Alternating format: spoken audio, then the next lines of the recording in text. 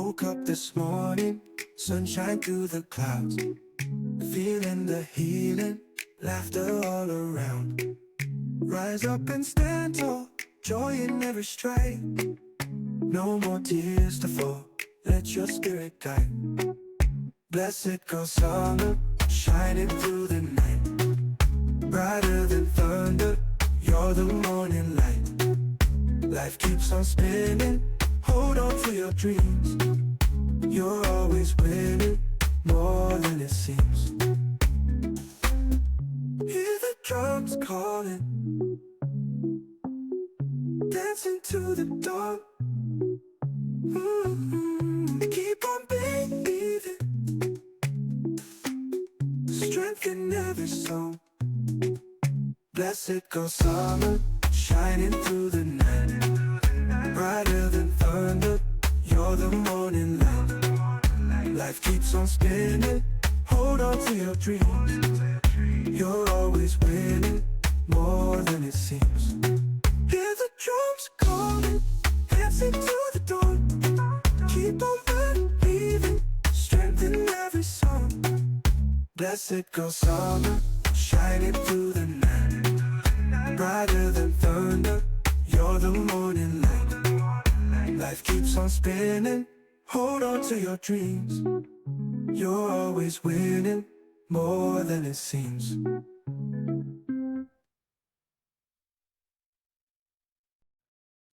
Hey, everybody. Welcome to the Blessed Girl Summer podcast, where we learn to live, love, and cultivate a life of peace and joy.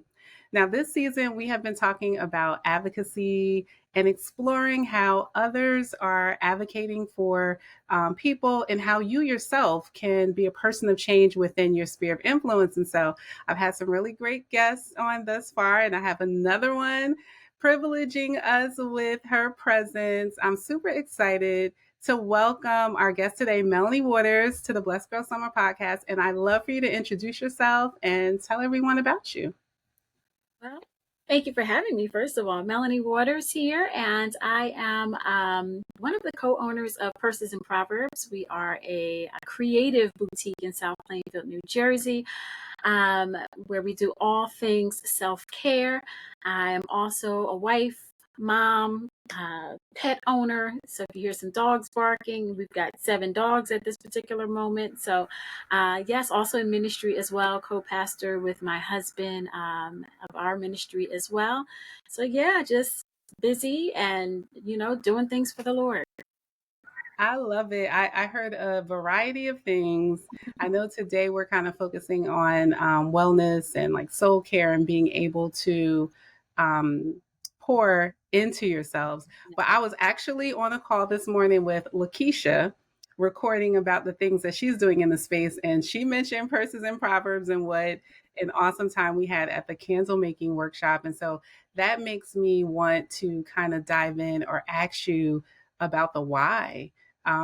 Why did you guys start this? And what is the impact that you desire for it to have when people walk into your space? Yeah. So this is a desire that I have had, as well as my business partner, Andrea Caffey, and also Tawana Habde was instrumental in helping us start this all up as well. But lifetime, like we've been friends for years. Went to church together, raised our kids together, and everybody's really crafty, or we know how to do something, and we like to share that information with others. And so it had been a desire of mine for years to just have a creative space where we could teach other people how to do all of the things that we know how to do. I love teaching people, whether it's from the word, whether it's from I learned something new, I'm going to come and share it and tell somebody else about how to do it. I've done workshops on everything from fixing your credit to identifying your personality type and, all the things in between. And so when it comes to the creative space, I grew up in a very creative household as well. My mother, she sewed, she crocheted, she knitted. She did ceramics. She made jewelry. She did vendings. And so I grew up in a home where I saw my mother making things and selling those things, going out as a vendor and selling those things on the weekends. And so, it's just something that it's always been a part of my life. When we started this journey, we really didn't know what the retail aspect of Purses and Proverbs was going to be.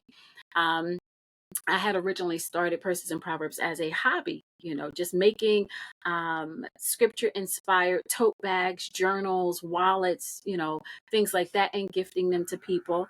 I Um, remember. that turned right. Because, the word tells us that when we don't, if you can't find anybody to encourage you, you need to learn how to encourage yourself in the Lord. And so I started making journals with scriptures on them, or just encouraging words on them, from the word, so that if you're sitting in the doctor's office, right, and you waiting on that report, you're sitting in that waiting area to go in and you're nervous, you may be by yourself, you can look down at your bag that says you're walking in healing, or you're walking by faith. You standing at that cash register and you praying that that debit card goes through with all them groceries that you got sitting up there. You can look down at your wallet and see that it says, I got you, love Jesus, right? Or, you are so blessed. So just being able to create things that, and as women, we carry a lot of bags, right? I went to work this morning with like 3 giant bags: my laptop bag, my pocketbook, and my lunch bag. So we're always carrying all of these bags, and that's, I'm going to say, both physically and, sometimes spiritually, we carry a lot Mhm. of bags. And so just being able to, have something in your possession that constantly brings encouragement, not just to you, but the people who see you with it. And that transitioned then to, the boutique space, where we had the vision of really opening up a safe space where women could come, and we can just teach them how to make beautiful things. And, it's grown since then. We love our little space in South Plainfield, and we really have had the opportunity to really make an impact on the lives of women that have come in there. Whether it's just, I was riding by, I ride by this place every day on my way back and forth to everything that I do, and I always wonder what was inside. And today I said, I'm going to pull my car over and go inside. You know, things like that have turned into us literally standing in the doorway praying for people, so we were next door to a hairdresser and a barbershop.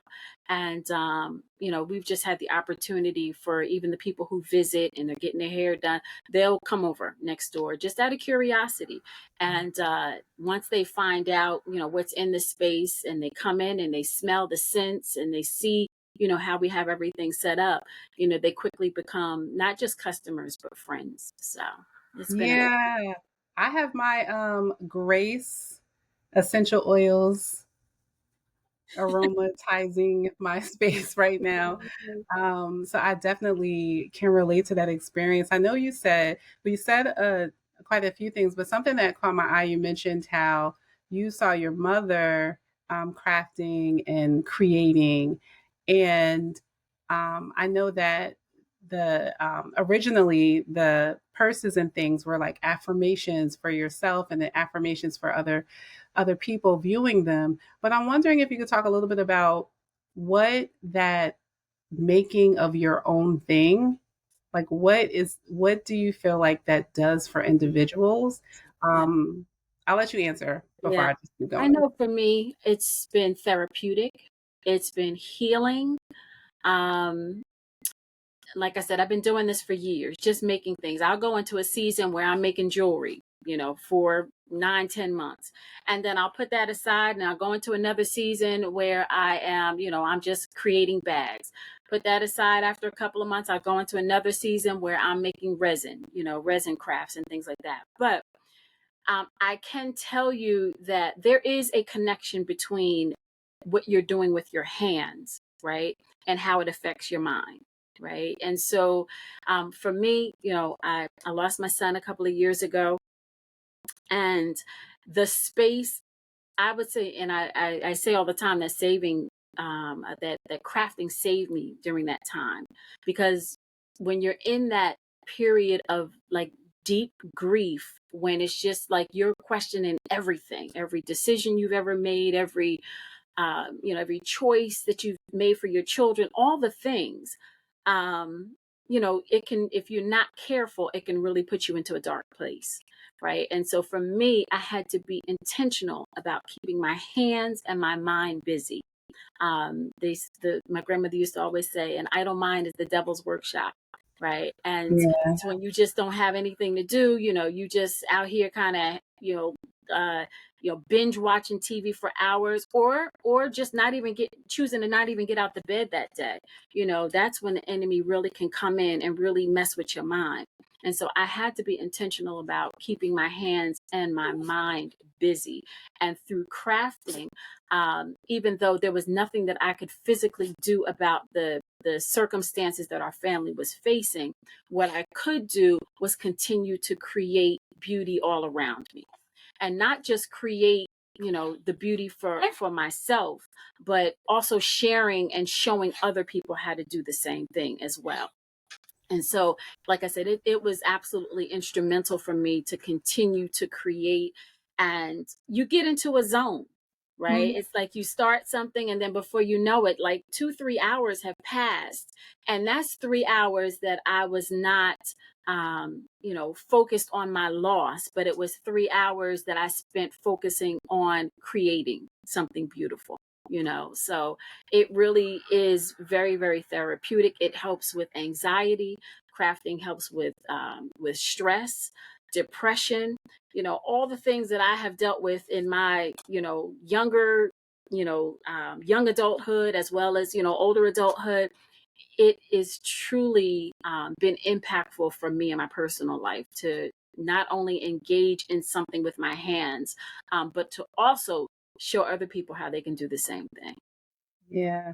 I think that's so beautiful. You said to be able to, in the midst of your own darkness, to be able to create something beautiful. Mhm.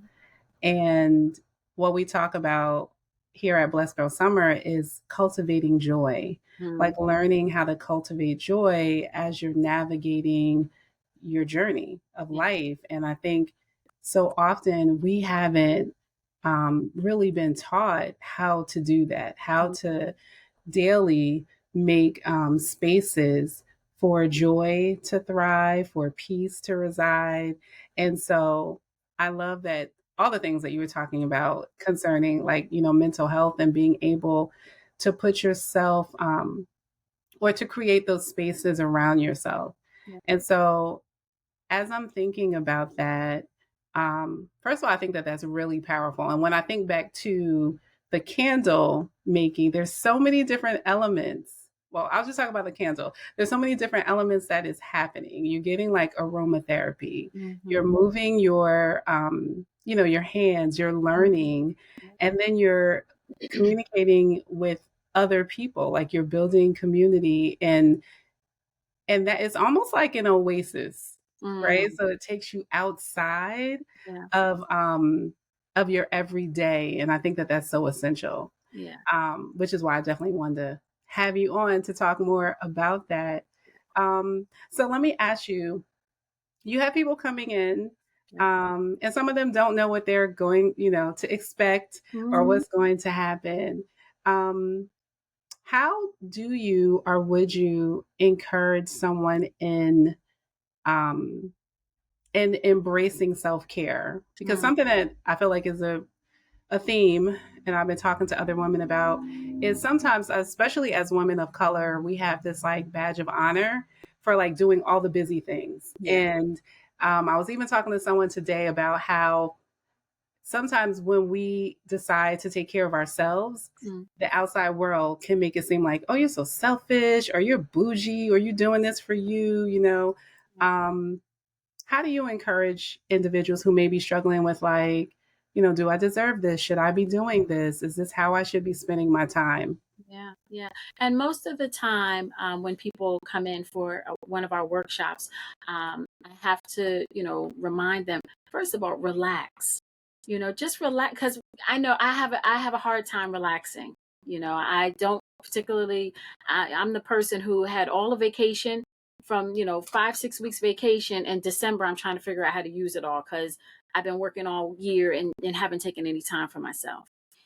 So what I would say is you have to be intentional about self-care, because I don't know about at anybody else's household, but ain't nobody in this house talking about put your feet up, relax. Let me take care of that for you. That's not happening in my world. So if I am not intentional about taking the time for myself, then who's going to be, right? And we can't feel guilty about it. And we do, as women, carry a great amount of guilt, when we take time for ourselves, and we have to get past that, because if we are not okay, right, we are not okay, and ain't nobody else gonna be okay either, because we're gonna be hollering at people, yelling, mad, just holding grudges about stuff that happened 3 years ago, that when he left them clothes in the washing machine for 4 days, and now you got to rewash everything, and you just reminded him, put them in the dryer, and then he did it again, so like you hold on to that stuff. So what I do remind people when they come in is to take the time and relax. Just forget about everything that's going on the other side of that door for the next 2.5 hours. This is your time. This is your time to create. This is your time to relax. This is your time to, enjoy yourself and meet new people when you're in this space. And so initially, I can see the tenseness when people start, working in their crafts. That perfectionism spirit comes upon them, and it has to be perfect. And, so it's that constant reminding people that this is a safe space. You've come here to relax. There is no test at the end of this. You are just here to enjoy yourself and make something beautiful. Something that you said also earlier was kind of brought up another thought, is that, just along those same lines as being intentional, is that sometimes we need to realize and recognize that when we are in a bad space, sometimes we choosing to be in that bad space. I remember years ago when I was really severely dealing with depression. I remember, like, this is how intentional I was about being in depression. I would go to work all day dressed to the nines, okay? Hair done, makeup done, my 4 or 5 inch heels every day, walking through the halls. You'd never know that there was anything going on with me. I would get off at the end of the workday, come home, and put on what I called my depression clothes. It was a Mickey Mouse t-shirt, some leggings, some fuzzy socks, and I would literally get in the bed and cry for hours, and call my aunt, cry, or go over to her house, lay on her couch and cry. And it was just like, I was doing this like every day. And one day, I remember so clearly, I'm laying in the bed, I'm just feeling sorry for myself and blah, blah, blah. And I heard the Holy Spirit say, why are you making this choice? You're choosing this. Like, why are you making this choice? And I was like, I'm not choosing this. You don't know what they did to me. So now you're in your feelings. Now you're trying to justify to the Holy Spirit as to why you're sitting in this space, right? And just as clear, he was like, you are making a choice to be like this every day.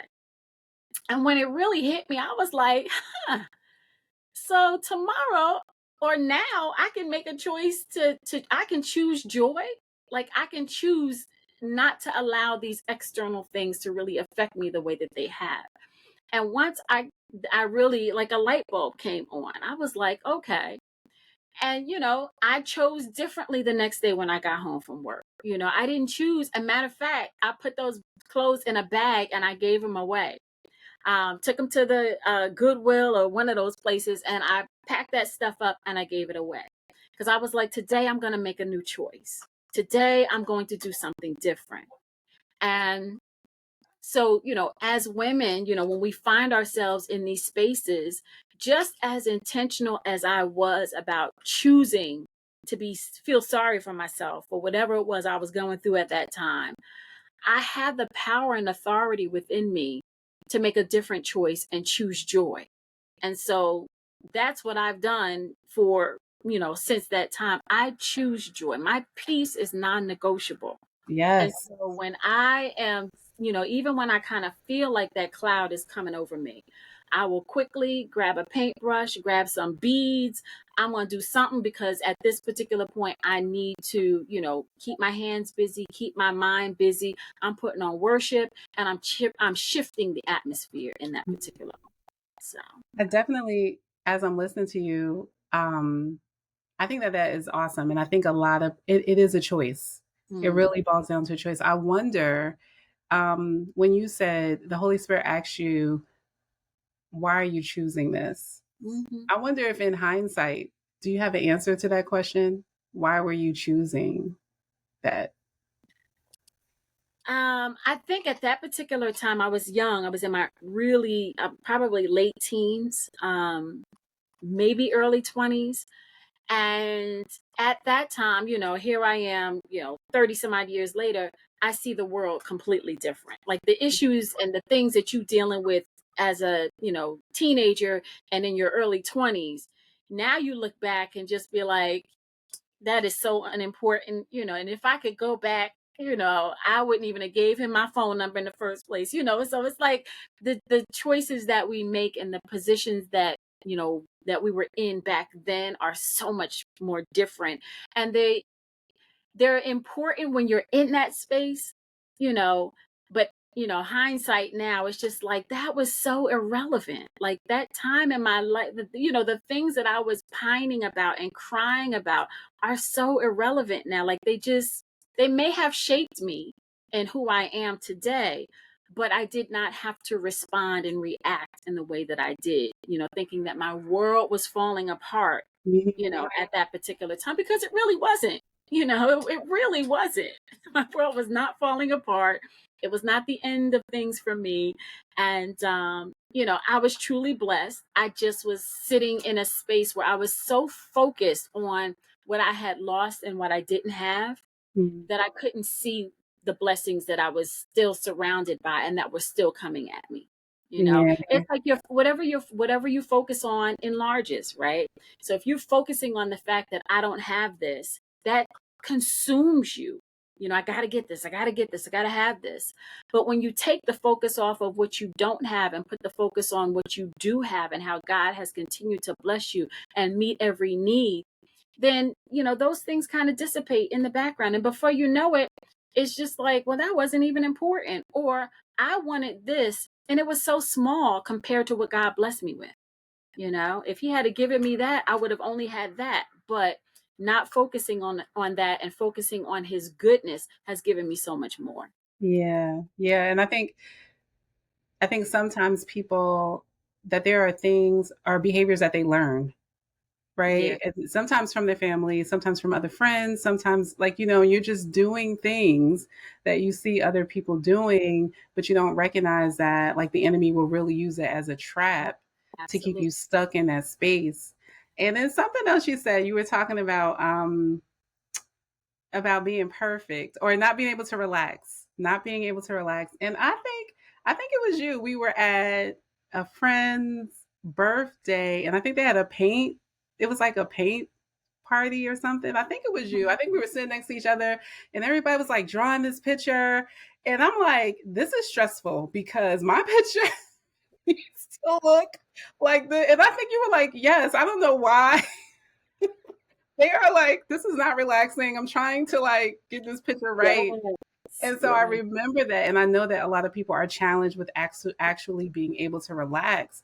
And so it makes me want to ask you, what what did you have to do, or was there something significant that happened that allowed you to be able to choose like yeah. self-care and to choose like unwinding and to choose not like, I'm doing the 50 million different things, but I need to, I need to bring this down. Yeah, Um, if there was I'm still something that learning. comes to mind.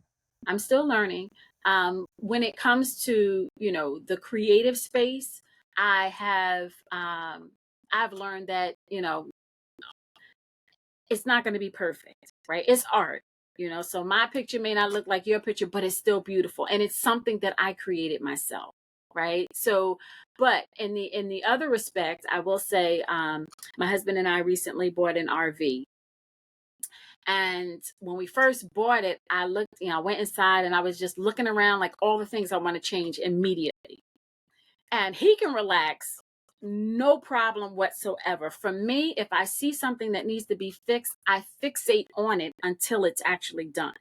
And so our first weekend down there, I'm painting. So we go to Home Depot, we get the paint. Now, in my mind, I was going to paint the whole RV the 2 days that we were down there. In his mind, we coming down here and we going to relax. And I was just like, but don't you see this wallpaper? Like, I can't relax with this wallpaper in here. So I started painting.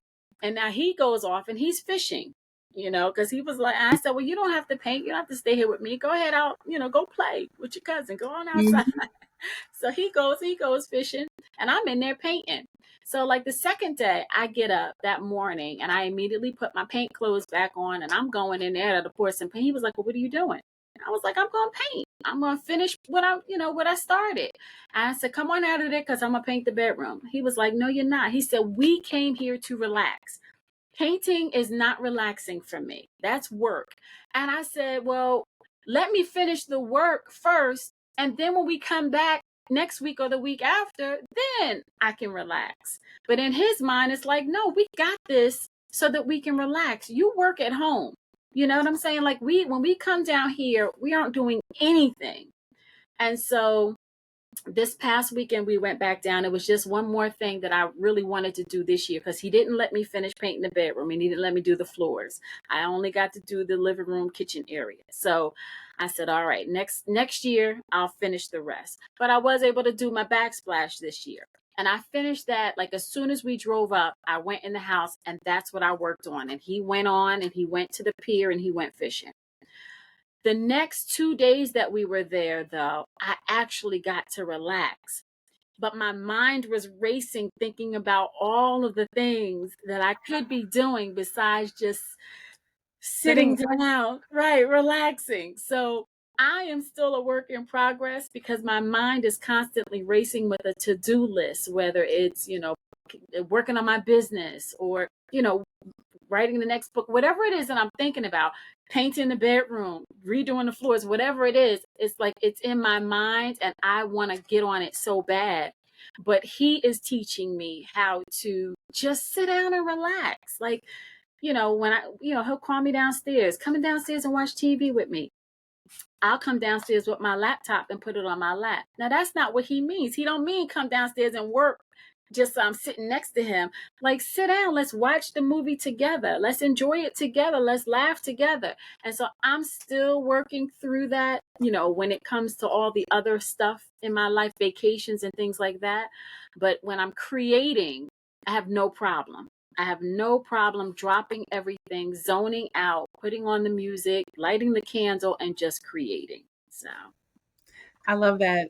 For me, it speaks to the importance of being around people who can bring that energy yeah, and like pull that out of you. Because Akita does that because he definitely is like kind of like chill, spontaneous. I'm like, what are we doing?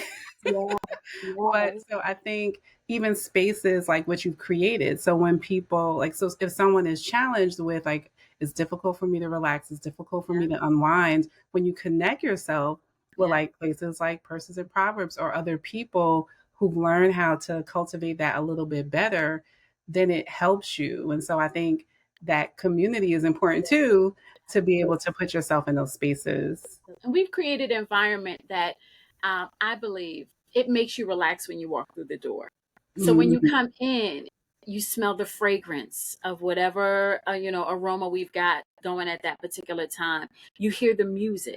So the music is always calming and relaxing as well. And so we've set an atmosphere, the colors, on the walls and how we have it decorated. And so we have intentionally set an environment where you might have been like rah, rah, rah in the parking lot outside, but when you come inside, you're going to feel the peace of God when you come in there.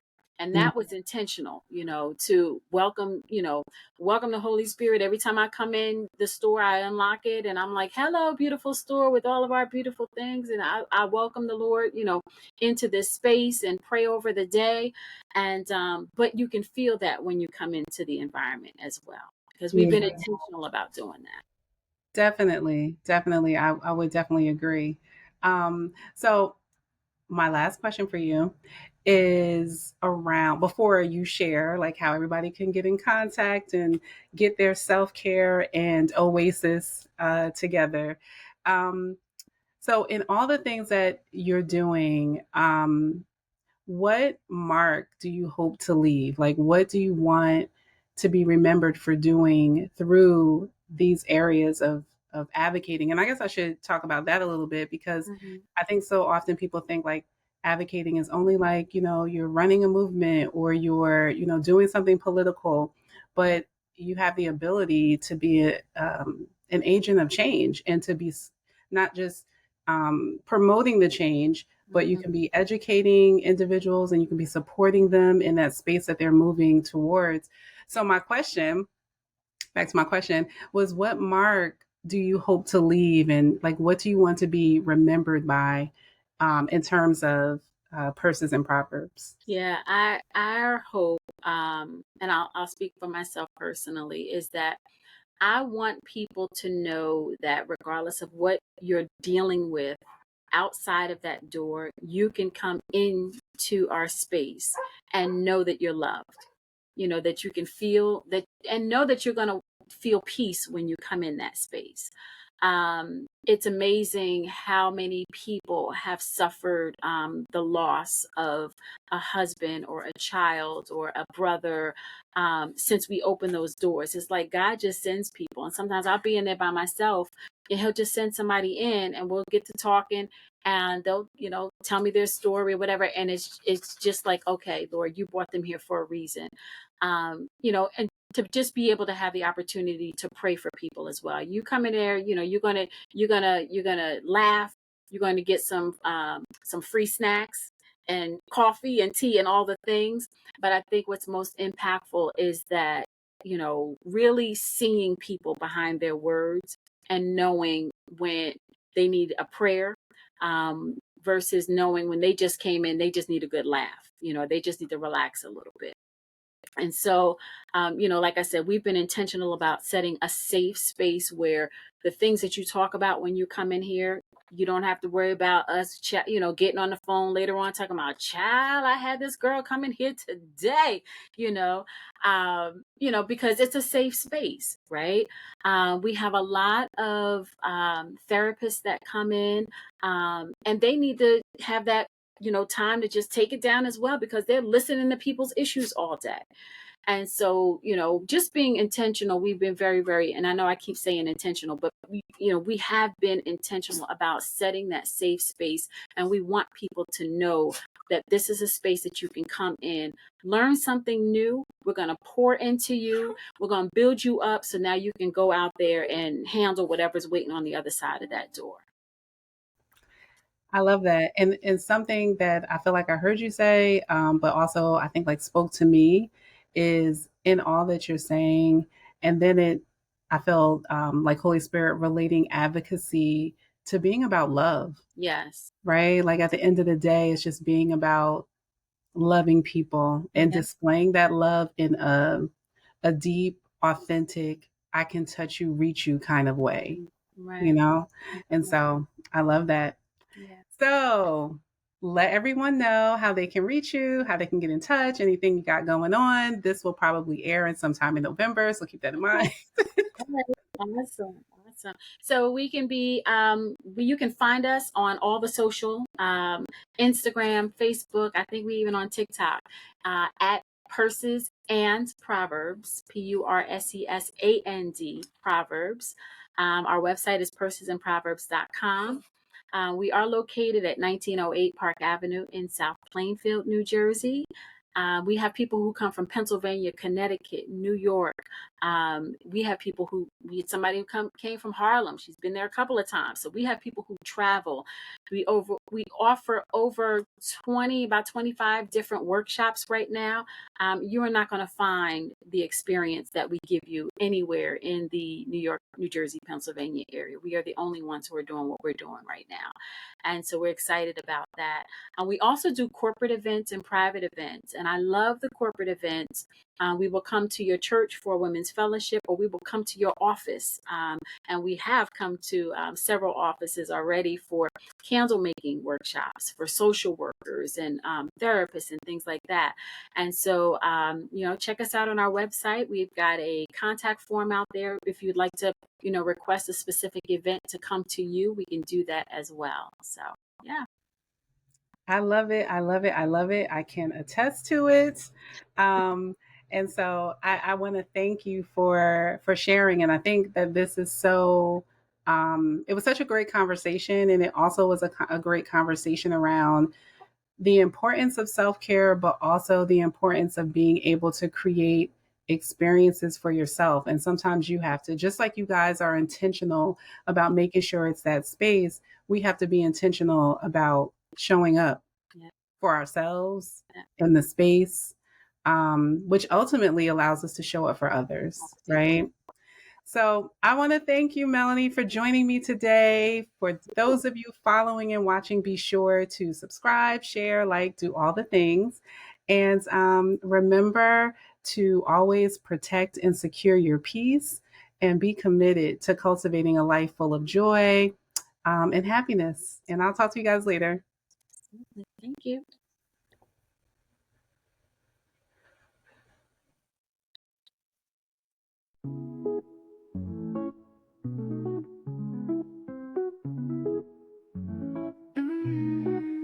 Woke up this morning, sunshine through the clouds, feeling the healing, laughter all around.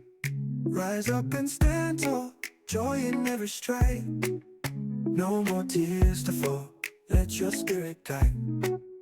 Blessed go summer, shining through the night. Brighter than thunder, you're the morning light. Life keeps on spinning, hold on to your dreams. You're always winning, more than it seems. Hear the drums calling, dancing to the dawn. Keep on believing, strength in every song. Blessed go summer, shining through the night. Brighter than thunder, you're the morning light. Life keeps on spinning, hold on to your dreams. You're always winning, more than it seems. Hear the drums calling, dancing to the dawn. Keep on believing, strength in every song. Blessed go summer, shining through the night. Brighter than thunder, you're the morning light. Life keeps on spinning, hold on to your dreams. You're always winning, more than it seems.